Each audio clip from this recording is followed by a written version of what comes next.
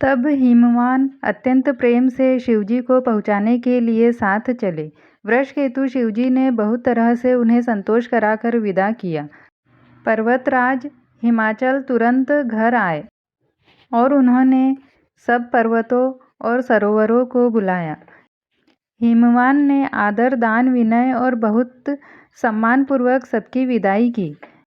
जब शिवजी कैलाश पर्वत पर पहुँचे तब सब देवता अपने अपने लोकों को चले गए। तुलसीदास जी कहते हैं कि पार्वती जी और शिवजी जगत के माता पिता हैं, इसलिए मैं उनके श्रृंगार का वर्णन नहीं करता। शिव पार्वती विविध प्रकार के भोग विलास करते हुए अपने गणों सहित कैलाश पर रहने लगे। वे नित्य नए विहार करते थे। इस प्रकार बहुत समय बीत गया।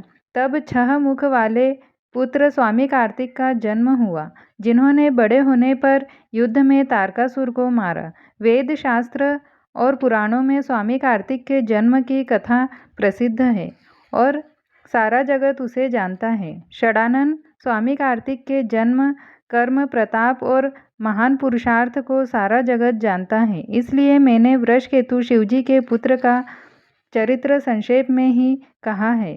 शिव पार्वती के विवाह की इस कथा को जो स्त्री पुरुष कहेंगे और गाएंगे, वे कल्याण के कार्यों और विवाह आदि मंगलों में सदा सुख पावेंगे। गिरिजापति महादेव जी का चरित्र समुद्र के समान अपार है, उसका पार वेद भी नहीं पाते। तब अत्यंत मंदबुद्धि और गंवार तुलसीदास उसका वर्णन कैसे कर सकता है। शिवजी के रसीले और सुहावने चरित्र को सुनकर मुनि भरद्वाज जी ने बहुत ही सुख पाया। कथा सुनने की उनकी लालसा बहुत बढ़ गई। नेत्रों में जल भर आया तथा रोमावली खड़ी हो गई। वे प्रेम में मुग्ध हो गए। मुख से वाणी नहीं निकलती। उनकी यह दशा देखकर ज्ञानी मुनि याज्ञवल्क्य बहुत प्रसन्न हुए और बोले, हे मुनीश, आहा, तुम्हारा जन्म धन्य है। तुमको गौरीपति शिवजी प्राणों के समान प्रिय हैं। शिवजी के चरण कमलों में जिनकी प्रीति नहीं है, वे श्री रामचंद्र जी को स्वप्न में भी अच्छे नहीं लगते।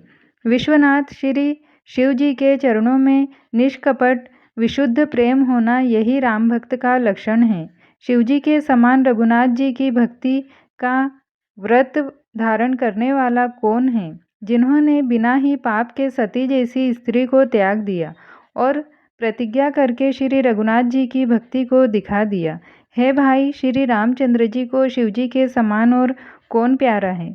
मैंने पहले ही शिवजी का चरित्र कहकर तुम्हारा भेद समझ लिया। तुम श्री रामचंद्र जी के पवित्र सेवक हो और समस्त दोषों से रहित हो।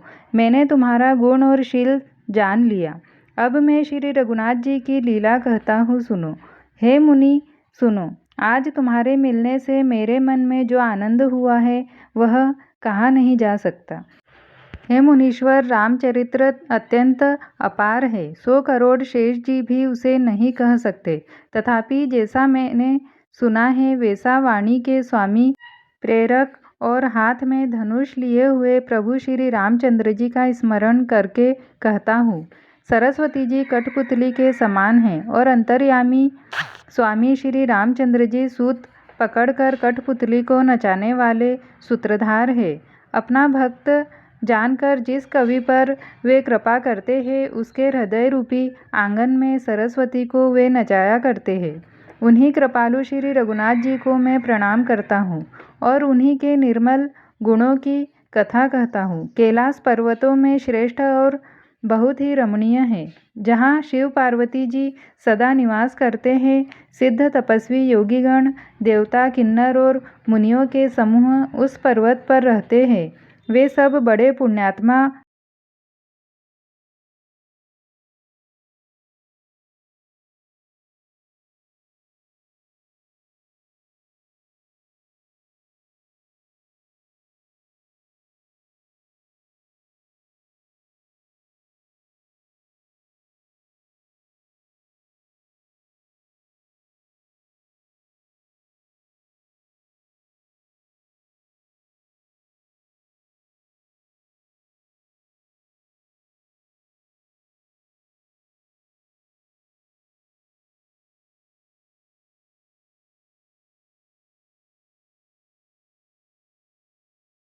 एक बार प्रभु श्री शिवजी उस वृक्ष के नीचे गए और उसे देखकर उनके हृदय में बहुत आनंद हुआ।